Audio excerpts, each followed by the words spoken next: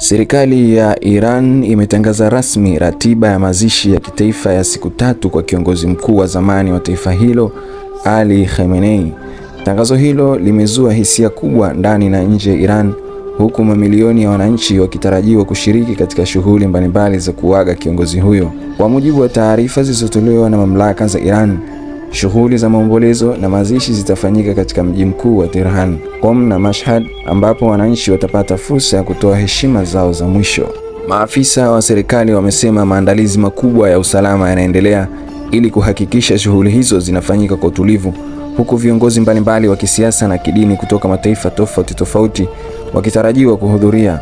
Kifo cha Khamenei kimeibua mjadala mkubwa kuhusu mustakabali wa uongozi wa Iran na mwelekeo wa kisiasa wa taifa hilo katika kipindi kijacho.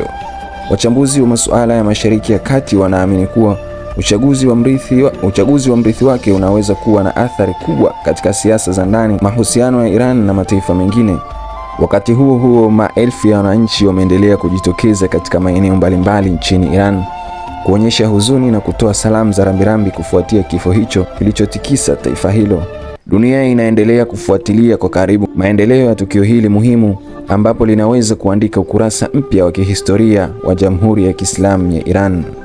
Kwa maendeleo zaidi kuhusu tukio hili na habari nyingine za kimataifa, usisahau kulike, kusubscribe na kushare kwenye chaneli yetu. Mimi ni Abdul Majid, tutaonana kwenye taarifa inayofuata.